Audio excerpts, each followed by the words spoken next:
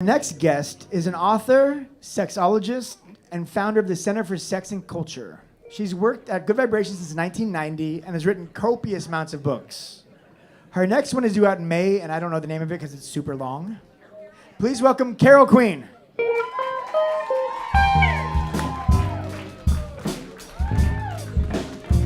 Let's get it on. Oh, yeah, Carol. Ooh, yeah, let's get it on. Come on, Carol. Oh, let's get it on. Oh, that's right, you're the queen. Woo! Damn! Thank you for being here. I want you all to come and sing me in everywhere I go now. Stuart, you should come along too. Let's do it. Let's go on the road. I've always said if I had fuck you money that I would have like a marching band follow me places, just like ba-da-na-na-na-na-na, da-da-da, which is kind of like what you were saying here. So you're a bisexual Wiccan sexologist writer. Can we all agree you're the most San Francisco person ever? Wow.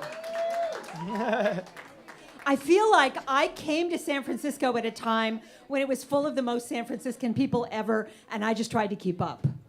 But I I'm like in my that. 50s, so you all are on your roads, like like I was when I got here. It's the same thing, really. But I like yeah. it. But yeah. It's a great one. Like I feel like there should be a business card that says bisexual Wiccan sexologist writer. It's pretty amazing. It's a great title. Bisexual, but I don't really believe in the binary. So work that out. It's like a math problem from a school that none of us ever went to. I'm bad at math anyway, so it's fine. So I know you co-founded the Center for Sex and Culture. For those who don't know, can you please tell us what it is?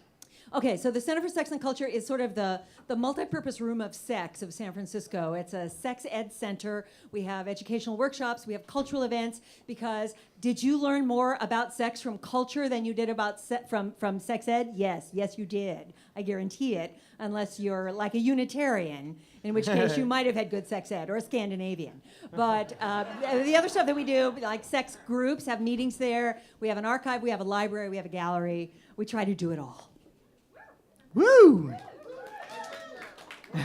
Sexandculture.org. Look it up.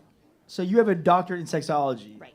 So is that a real thing, or is that just code for I get a lot more sex than you do? No.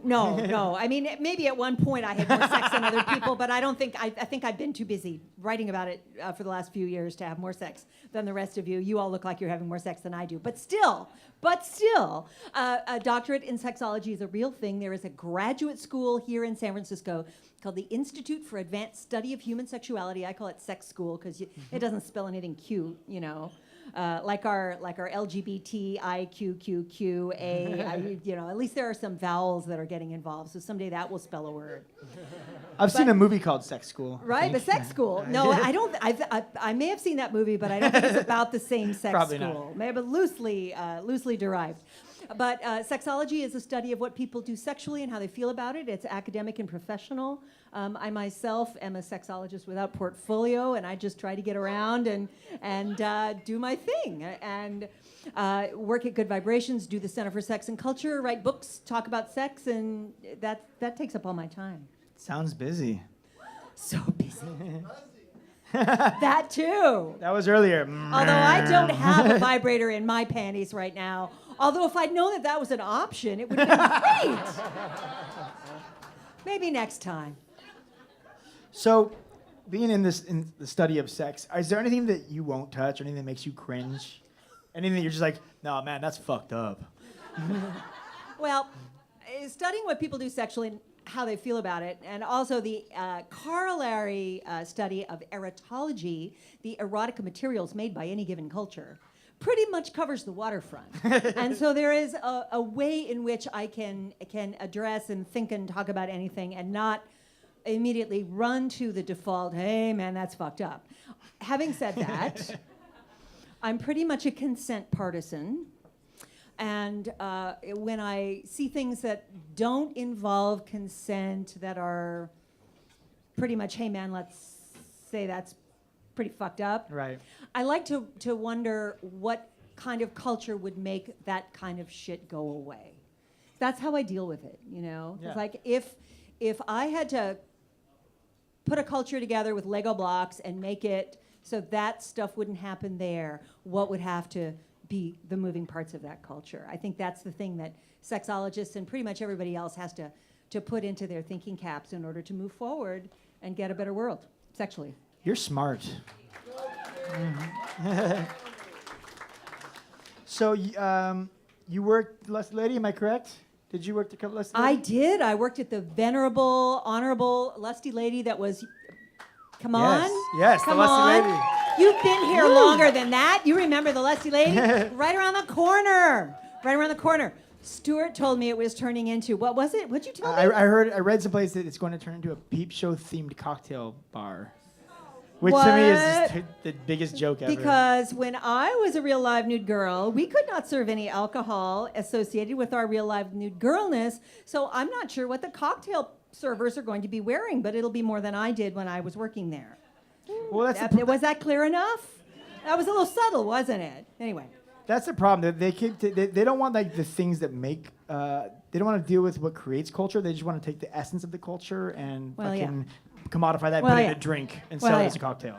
Because that's how you make a theme park, whether it's a park or a restaurant, right? Exactly. By the way, Stuart told me I could bring some merch, so I brought some merch, Yes. and one of the merches that I brought is a book of interviews of women who worked at the Lusty Lady in the late 80s and early 90s, and I guarantee you've never seen anything like it. I've got some copies right here over there. For those of you at home watching this in your underwear, eating bonbons in bed, They are? Awesome. they will be eventually, because this is going to be on YouTube and the internet. The Lusty Lady was the only co-op worker-owned strip club in the nation, if I'm not mistaken. It certainly, yeah. It was the big cheese that way. It was the one of two Lusty Ladies, but the other one never became worker-owned in a co-op. It was just the San Francisco version thereof. And I was there before those things happened. I was at Good Vibrations when it was a worker-owned co-op, but the Lusty Lady was still a regular business when I was there in 1990.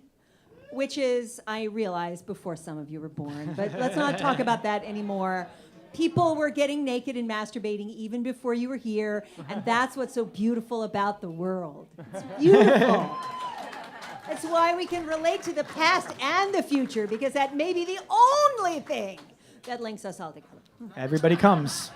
Everybody comes. At least once, right? So, speaking of Good Vibrations, what have been the hottest ticket selling items over the years? Is there like a Tickle Me Elmo of vibrators? Well, there is a rubber ducky of vibrators. There we go. I don't think it I was going to say it's not as cute as Elmo. And then I thought, I'm going to get into a problem if I say that. Partly because there are going to be some rubber duck partisans out there. The rubber duck looks like the rubber duck that Michelle T will put in the bathtub for her kids soon. It'll float, a little rubber floaty duck, except there's a little switch on the bottom, and it buzzes. So you can put it right next to the kids' rubber duck on the side of the tub, which is awesome, right? You just have to remember which one to grab at a moment of extremis when you only have so long to take a bath all by yourself.